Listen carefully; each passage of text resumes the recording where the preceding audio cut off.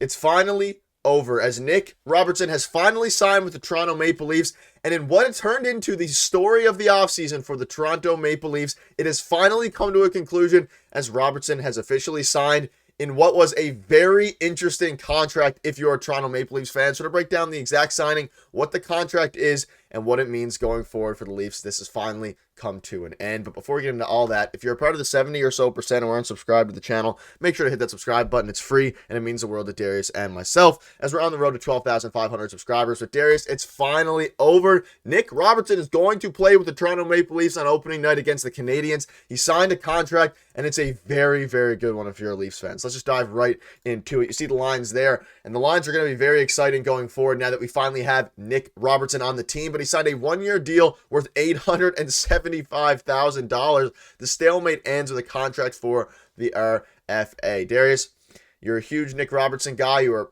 a fan of him throughout the entire process here. Even last year, he's out of Sheldon Keefe's dog cage now. And like we discussed yesterday, we said a signing was imminent. It ultimately happened. And Nick Robertson is going to be a Toronto Maple Leaf for at least this upcoming season. And this bodes very well for the Leafs. Yes, it's finally over, the entire saga, so now we can stop talking about it. Well, in a way, because obviously now what's next, right, for Nick Robertson, and that is this season coming up and what he can do to work with Craig Berube and the rest of the new coaching staff to get to work and to better his game so he can reach the ceiling that we've been talking about in the last couple of videos. But the contract itself, to get to that for a second, pretty interesting, right? There's a lot of speculation about maybe the Leafs should get 2 years out of him to kind of get some cost control there. And if they do want to move off of him, then they can pretty easily. But nonetheless, the fact that he signed is a good thing. I think, a lot of people share the same sentiment. I saw it online this morning on Twitter. Everybody seems to be in a good mood about this because this seemed like the most logical thing for both parties. And usually in the NHL, that rarely happens. So I'm happy that this did happen this morning. And honestly, 875 grand is not bad at all. Like, that is great. I thought it was going to be maybe a little bit more. So this is fantastic news. And again, with him working with Berube and the rest of the coaching staff, there are a lot of holes still, because I've been very critical of him at times, but at the same time, I'm a really big supporter of Nick Robertson. I think he can do really well with the Leafs, and this is a good thing for him. So working with the new coaching staff, I have faith that he's going to be able to, dive into those holes in his game and fix them. And honestly, some of the mistakes he makes are very simple fixes, right? So I'm glad that he's going to finally get that guidance as well. And that Berube called him. We covered that yesterday. He called him and assured him that he will be given an opportunity. So I like where this is going. I love the fact that he re-signed. I'm excited to see what he does this season because he put up pretty decent numbers last year, considering, that he was in Keefe's doghouse, right? So I'm excited to see what he does this year. Yeah, and we can finally start to look at what the season is going to look like and the lineup is going to look like with Nick Robertson on the team, because they took it to the very end, and that's why both of us thought that, hey, he's probably not going to start the season with the Leafs. You had other reporters like Chris Johnston come out and say that it was all but a foregone conclusion that he doesn't want to stay with the Leafs, and then less than a week later, something changed there.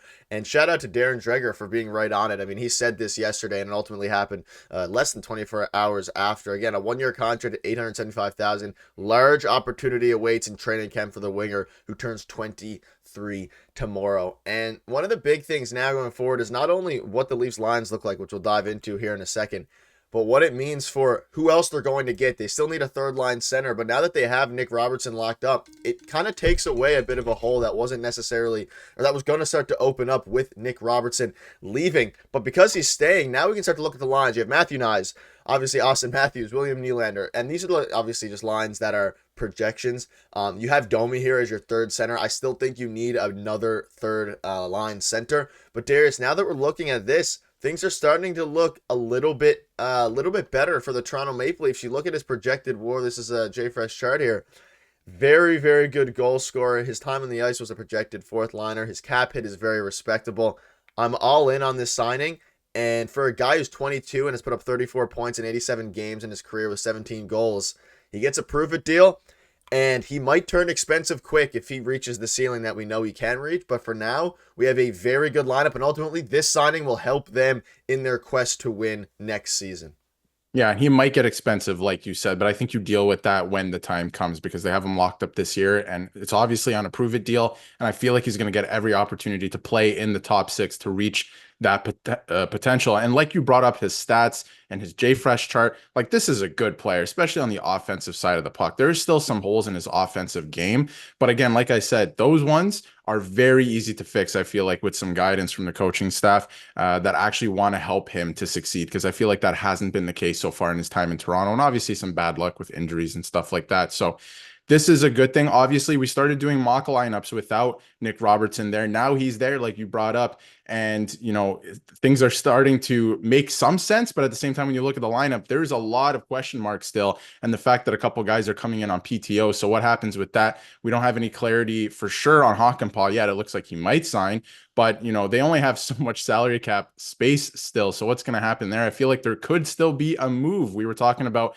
a trade coming because of Nick Robertson. Well, now he's signed, and there might still be a trade coming because when you look at the lines, I mean, Holmberg being left out there doesn't make sense to me. But yeah, there's a lot to like about this deal, to get back to this, and the fact that he is returning. I'm very happy, and I think that working with the coaching staff is going to do a lot for him this year. He's going to be giving every opportunity to succeed. Yeah, and I think that, like we've mentioned multiple times, the inconsistencies in his play can be attributed to a few things. Obviously, he's young, but he was also, he had inconsistent play, but he was also inconsistently playing because of Sheldon Keefe and going in and then sitting healthy scratch for a couple games at a time. And he ultimately has put together a pretty decent short career so far if you're the Toronto Maple Leafs. Yeah, you mentioned it. This is without Pontus Holmberg, and you have to expect that he makes his way into the lineup somehow. So seeing how they manage these lines is going to be interesting. Seeing what they do with some of the guys that are still available. Obviously, David Kampf is there. Maybe he's been brought up in some trade talks paired with Timothy Liljegren. But now it seems like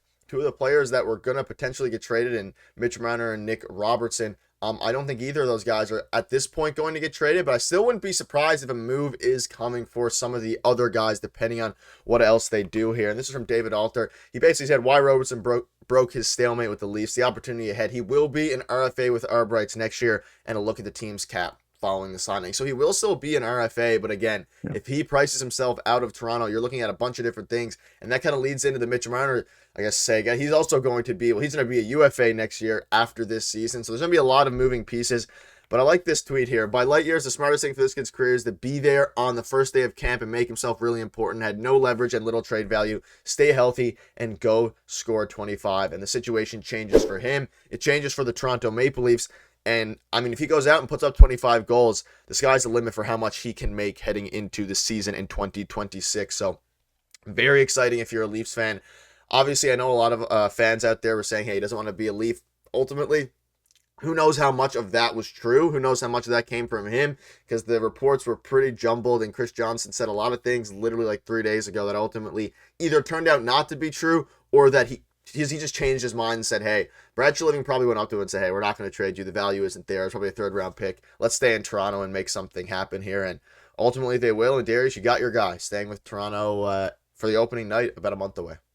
Yeah, I'm happy. And again, it was going to be a distraction. So I love that tweet from Justin Bourne as well. Like the best case scenario is that he re-signed, came to camp, had a full season under his belt, right, and plays well. That's the best case scenario, and I'm glad that we're going to see that. Hopefully he takes the opportunity and runs with it. So again, going to be exciting to watch. And how does the rest of the lineup shake out? We don't know right now. A lot's changed over the last couple of days. Like you mentioned, there were some conflicting reports on Friday. A lot can change in 3 days as well. Maybe he changed his mind. Maybe there was a conversation there where I was like, hey, we can't trade you. You're going to have to sit out. So maybe he decided, it's better for me to play, right? And the way I was reading into it too, it wasn't so much I don't want to be a Maple Leaf. It was more I want a better opportunity, right? And I think that the Leafs have now assured him you'll get every opportunity or every chance here to make the most of this opportunity, but it's up to the player, right? So I'm excited to see what he does with it. And I thought, when he was scratched last year, he did make the most of his opportunities. So I'm excited to see what he does this season. And like you said, I think that this kid has so much potential still. He's not even 23. He turns 23 tomorrow. So still very young. Yeah, let us know in the comments what your thoughts are on this. It finally came to an end, and we have a lot to discuss going forward. So thank you guys for watching. See you soon.